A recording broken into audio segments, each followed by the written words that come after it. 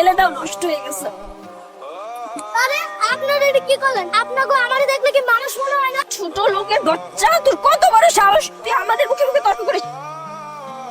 আজকে রাস্তায় টোকাই দিলে আপনি আমার মারলেন না? আপনারা বড় লোক আর ধনী হয়ে এই টোকাইয়ের গায়ে হাত দিলেন, আমি কি আপনাকে মান সম্মান দেয় নাই? এই ছোট লোক টোকাইয়ের বাচ্চা, এত বেশি বেশি কথা কেন বলছিস? তুই কি চাচ্ছিস যে আমি তোর গায়ে হাত তুলি? কি বুঝতে চাচ্ছিস তুই আমাকে বল? আমি টোকাই মানুষ, আপনাকে আমি কি বুঝাম?